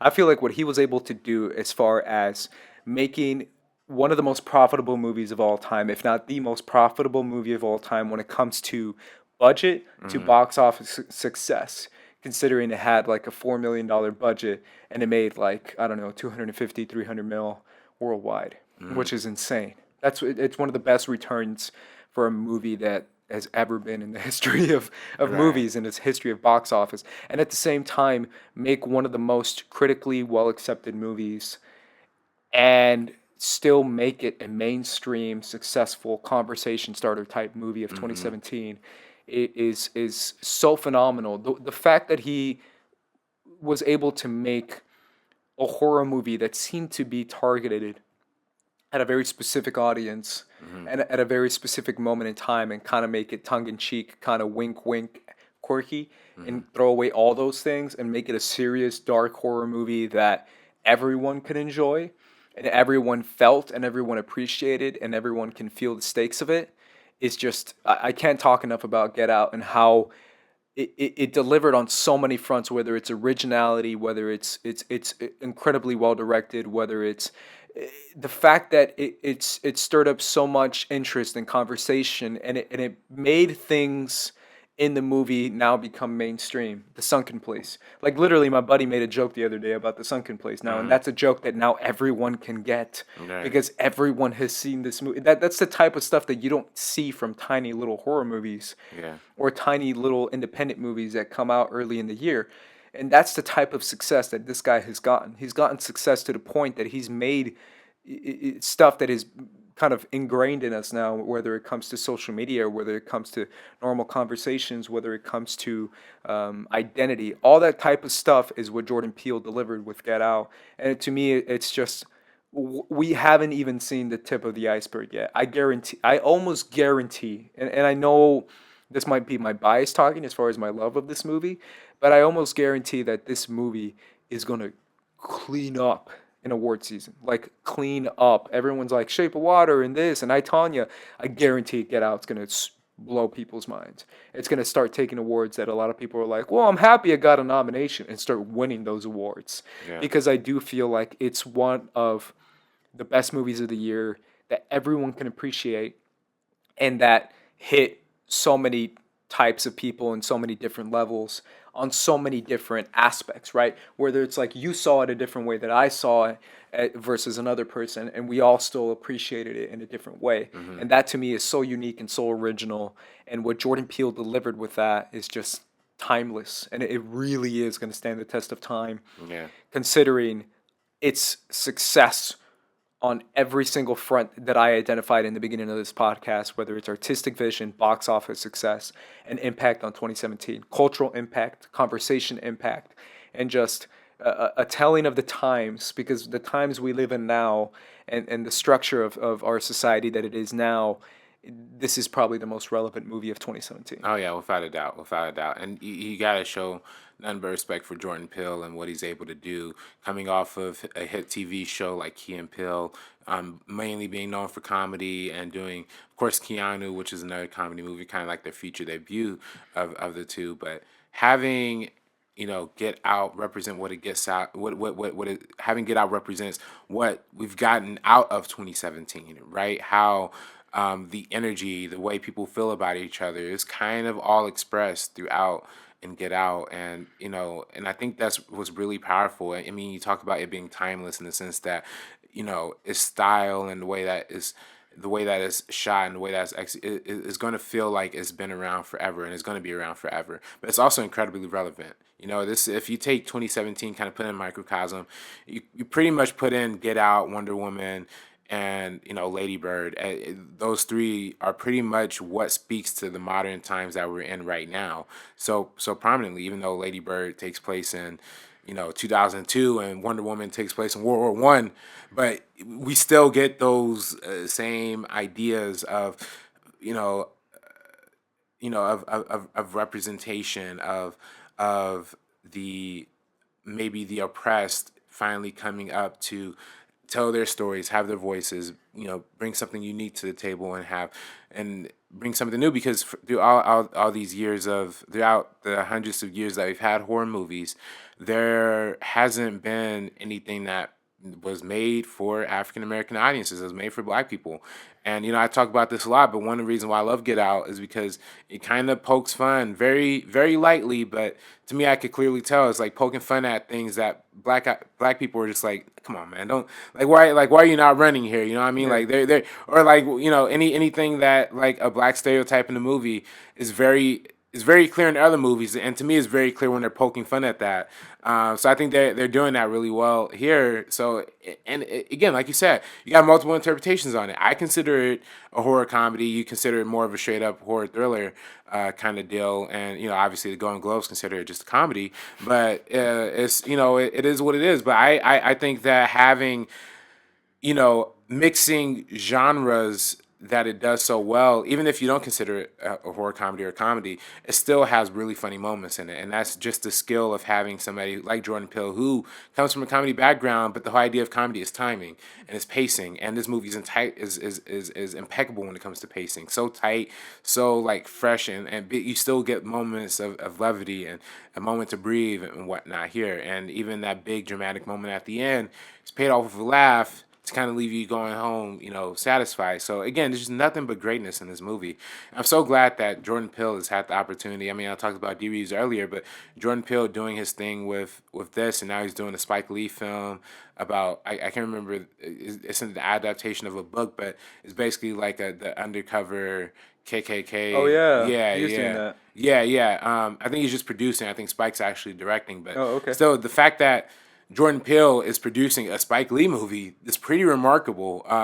Spike Lee's been around over 30 years, and he's still, I think that just goes to speak for the talent. When you talk about the hottest, that's the definition of the hottest, right? When you climb up to the top, and you're about to, I think he's going to get a Best Director nomination. Um, and clearly, Best Screenplay is I gonna think go it's gonna towards his get way. more, dude. I'm telling Yeah, you. I'm a little bit bold in my predictions, but I think it's gonna win some stuff. really. I think it might win some Now we're stuff. gonna have an Oscar We episode, I are. think. So we're We gonna we're are. gonna talk about. But there's a lot of great directed movies that came out in 2017. But the fact is that Get Out, even though it came out in February, is still on the tip of everybody's tongue. And it's February. We're in July and we're in January right now. Almost over a year ago, this movie comes out, and we're still talking about it. It's still one of the most highest rated. I think it read somewhere like is one of the highest viewed things on HBO recently. Like that's crazy. So again, nothing but love for Get Out, man. Yeah, and the fact that it caused so much conversation, and the fact that it was such a societal reference film, like a type of movie that you can be like, you can point to 2017 and say, yeah, yeah, Oh yeah, that's yeah, that year in a nutshell. Let's get out. yeah. Like the fact that it's such a conversation starter. It's such a, like for internet culture, it's such a meme starter. It's such a Oh GIF yeah, without starter. It's without a such a doubt. like inside joke. It's such like a, it's a type of movie that you can feel on so many different fronts Hmm. when it comes to everyone gets that reference, everyone gets that feeling, everyone gets the joke, everyone gets like the whole like, good to see you man type thing, and Yeah, yeah, that's like now on a billboard. That's like a yeah. literally like a that's iconic. The sunken place is iconic. Like Yeah, all yeah. these types of things that you would get probably in the mainstream Star Wars movie Mhm. is now coming into the mainstream through an indie film, through an indie horror film by a Mhm. director that's a first time director. That to me is just like spectacular. The fact that you could say The Sunken Place and that, as many people or almost as many people would get it as saying The Force, to Yeah, me is just like, dude, that's nuts. yeah. That's just That to me is impact in a nutshell. Well, even the whole running thing, like the running challenge. The running thing. Literally became a The giant get out meme. challenge. Yeah, the get out challenge. Yeah. You just say that and people are just automatically going to know the running gifs and stuff like that. So. And the fact that, like, I really do feel like it should be said, too, that the fact that so many people got this movie, too. Yeah. That it wasn't just, like, one audience got it or another audience got it. But like I said previously in our Spielberg episode, so many different types of audiences got it. Whether it was my family, whether it was my friends from work who are mainly white, they got this movie and they felt this movie on so many different levels. And it's just a damn good movie. Yeah. Like no matter what you say, it's a damn good movie. And that's all Jordan Peele. Yeah. Obviously Daniel Kaluuya too, because I do feel like he's not enough people are talking about him, and more people will talk about him, considering he's nominated for a SAG Award as well for Best Actor, but and also for obviously what happened at the Golden Globes. But it's one of those things where he was able to perfectly craft every single aspect of this movie. Because dude, the score too is phenomenal. Yeah, not enough people are talking about that score. That score is great. Banjo, set. That when they're driving and you see the trees and stuff, the opening of the film. That to me is great, and that's all coming from Jordan Peele. Where the cuts, the moments. Watch if I recommend one thing, if you own this movie or if you don't, first of all, go buy this movie. Second of all, listen to the director's commentary. I don't know if you've had. I haven't heard that. No. Dude, when you get inside the brain of Jordan Peele and listen to the director's commentary, it's mind blowing. Yeah, it's so good because every single moment, every single detail that you feel would be like, that was probably just like a day in production type of thing. No, it was all purposeful, super purposeful, and that's to me is the true telling of a creative genius, and that's what he proved to be this year, and that's why he's my number one of 2017 directors. Right. Yeah, so man. Kind of running down the list. I had Nolan number 1, D. Reeves number 2, Greta Gerwig is my number 3, James Gunn number 4, and of course number 5 was the one and only, and I'm forgetting their name at this very moment, the Safdie brothers. The Safdie brothers. I will always forget their name. I won't always forget it, but I always forget it. It's spelled funny. When I heard the name, I thought it was the Sappy brothers, like Sappy. So it's Safdie. Yeah. And my 1 through 5 is obviously Jordan Peele, Patty Jenkins at number 2. At number 3, I put Annie Muschietti. At number 4, I put Greta Gerwig. At number 5, it's Mr. Taika Waititi. Right. So, we had a pretty great list, year, man. Pretty great year in cinema. We had a couple overlaps too. So we did have a couple overlaps. Overall, we agree with our list. We don't have the exact same on every front. Yeah. But for the most part, I agree with your list in the sense of like I could see that being a top 5. Right. Yeah. All right, man. That was our podcast. That was the Meaning of Podcast for this episode. Let us know what is your top 5 directors based on these type of criteria that we're looking for in this episode, and let us know in the comments down below what was your favorite movie of 2017, what are your favorite directors of 2017. We're going to be here reading your comments because we appreciate your comments, guys. And that was this episode of the Meaning of Podcast. Make sure you're listening next week as well. I'm Ace. This is RB3, and we are peacing out.